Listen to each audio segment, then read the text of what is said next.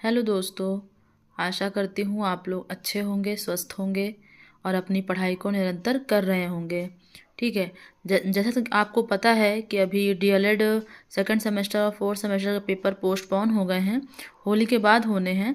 ठीक है। तो मैंने अभी सीटेट और टेट के लिए साम ईवीएस पर्यावरण अध्ययन शुरू किया था, जिसमें 1 या 2 क्लास हमने ली थी। आज मैं उसी के आगे नया चैप्टर पढ़ाने की कोशिश करूँगी।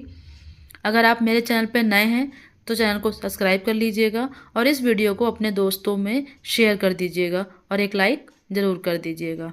चलिए समय को ना गवाते हुए शुरू करते हैं हम अपना क्लास आज की, जिसका आज टॉपिक है राष्ट्रीय उद्यान एवं वन्य जीव अभ्यारण्य। मैं उतना ही पढ़ाऊंगी जितना कि सीटेट और टेट में पूछा जाता है। जितना भी ये मेरा सिलेबस है वो सीटेट के लिए मोस्ट इम्पॉर्टेंट है, टेट में भी ये पूछा जाता है। तो इसलिए मैं उतना ही पढ़ाऊंगी जितना अभी तक हर सालों में आता रहा है। ठीक है। वैसे आपको पता होगा कि पेडागॉजी पूछी जाती है अधिक से अधिक, तो मैं पेडागॉजी की क्लास बाद में लूँगी। पहले जो इम्पॉर्टेंट क्वेश्चन है, जो लर्न करने वाले हैं, उनको मैं पहले पढ़ा दे रही हूँ। तो मैंने ईवीएस शुरू किया था पर्यावरण अध्ययन, उसी का मैं दूसरा क्लास या तीसरा क्लास आज ले रही हूँ। ठीक है। तो सबसे पहला क्वेश्चन है हमारा कि भारत में कुल राष्ट्रीय उद्यान की संख्या कितनी है। जो हमारे भारत में राष्ट्रीय उद्यान हैं वो कितने हैं? 110 हैं। ठीक है। आप इसको अपनी कॉपी बना लीजिए, एक उसमें नोट डाउन करते रहिए, जिससे बाद में आपको अच्छे से रिवीजन करने में आवश्यकता हो सके। बहुत इम्पॉर्टेंट है। अगर आप पिछले पेपर उठाकर देखेंगे सीटेट के, तो आपको इनमें से काफ़ी क्वेश्चन देखने को मिलेंगे और रिपीटेड क्वेश्चन होते हैं। इसीलिए मैं इसको पढ़ा रही हूँ। मैंने इसके नोट्स बनाए पहले आप लोगों के लिए, फिर मैं आपको उसको बता रही हूँ। मेरे पास अभी इतनी सुविधाएं नहीं है कि मैं आपको बोर्ड के द्वारा पढ़ा सकूँ।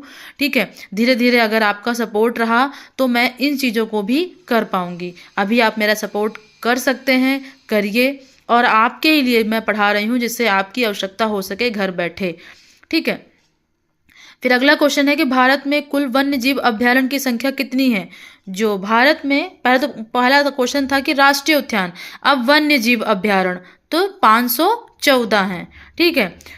अगला पूछा गया है कि जम्मू कश्मीर में कितने उद्यान हैं।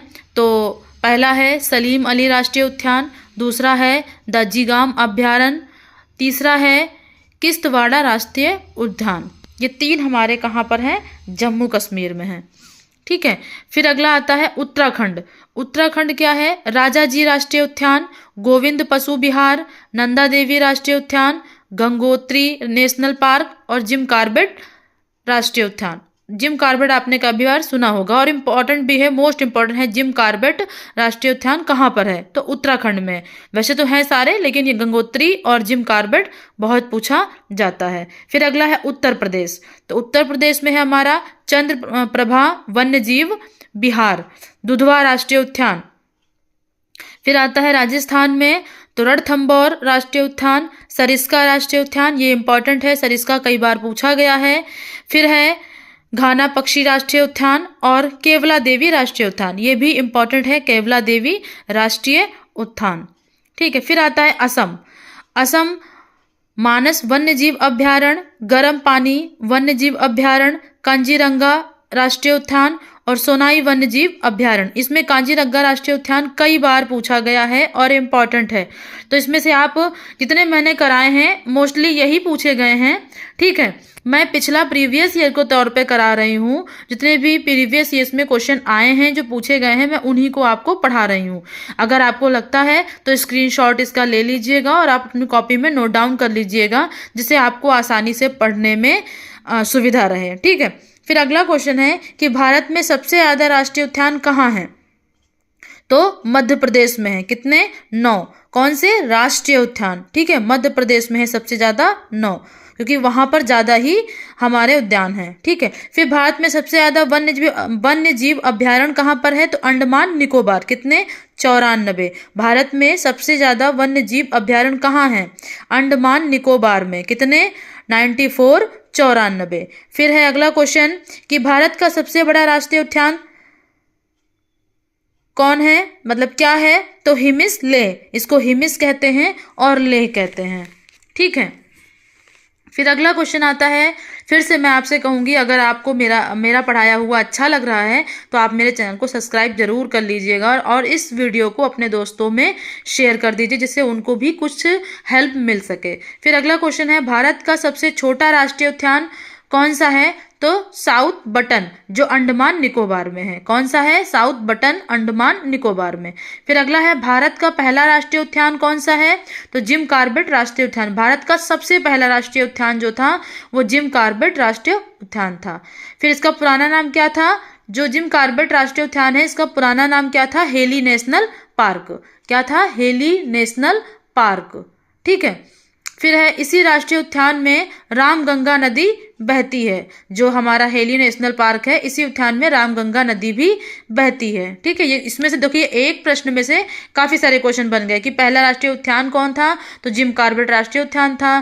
फिर उसके बाद इसका पुराना नाम क्या था? तो हेली नेशनल पार्क था। फिर इसके बाद इस राष्ट्रीय उद्यान में कौन सी नदी बहती है? तो रामगंगा नदी बहती है। ठीक है, तो ये हो जाएगा। उसके बाद हमारा आ रहा है, देश का सबसे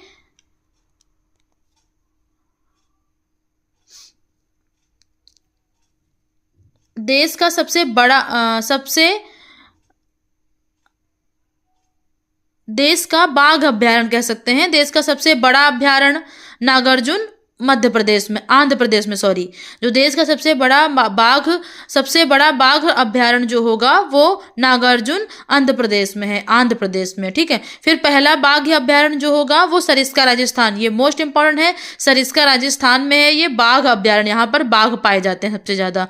फिर है, विश्व का एकमात्र तैरता हुआ राष्ट्रीय पार्क। ये तो कई बारी सीटेट, यूपीटेट और अन्य एग्जाम में भी पूछा गया है कि विश्व का एकमात्र तैरता हुआ राष्ट्रीय पार्क कौन सा है और कहाँ है? तो केबुल लामजाओ राष्ट्रीय उद्यान मणिपुर में। केबुल लामजाओ राष्ट्रीय उद्यान मणिपुर में।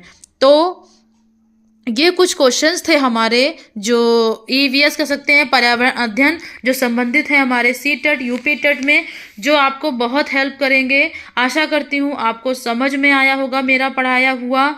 कुछ क्वेश्चन मैंने कराए हैं, बहुत ज़्यादा नहीं कराए हैं, क्योंकि मैं अगर पूरा क्लास लेने बैठूंगी तो बहुत ज़्यादा हो जाएगा और उतना ज़्यादा पढ़ने की आवश्यकता भी नहीं है, क्योंकि प्रीवियस ईयर को देखते हुए अगर हम पढ़ेंगे तो हमारा पेपर क्लियर हो जाता है। हालांकि आप लोग इसको नोट डाउन करके पढ़ेंगे, धीरे धीरे मैं क्लासेस को और बड़ा करूंगी और डीपली पढ़ाऊंगी, लेकिन अभी मैं कोशिश कर रही हूँ कि शॉर्ट में पढ़ाऊँ जिससे आप मेरे चैनल को मतलब मेरे पढ़ाया हुआ को पढ़ने की कोशिश करें। हाँ, इतना पता है कि इतना बहुत अच्छे से नहीं पढ़ाती हूँ, लेकिन हाँ कोशिश मतलब पूरी है कि आप लोग को अच्छे से पढ़ाने की कोशिश कर रही हूँ। अगर आपको बहुत अच्छा लग रहा हो, समझ में थोड़ा भी आ रहा हो, तो मुझे सपोर्ट करिए और मेरे चैनल को सब्सक्राइब जरूर कर लीजिए और अपनी पढ़ाई को निरंतर अच्छे से करते रहिए, क्योंकि जो लोग मेहनत करते हैं उनको सफलता ज़रूर मिलती है, देर से ही सही लेकिन मिलती ज़रूर है। ठीक है, धन्यवाद।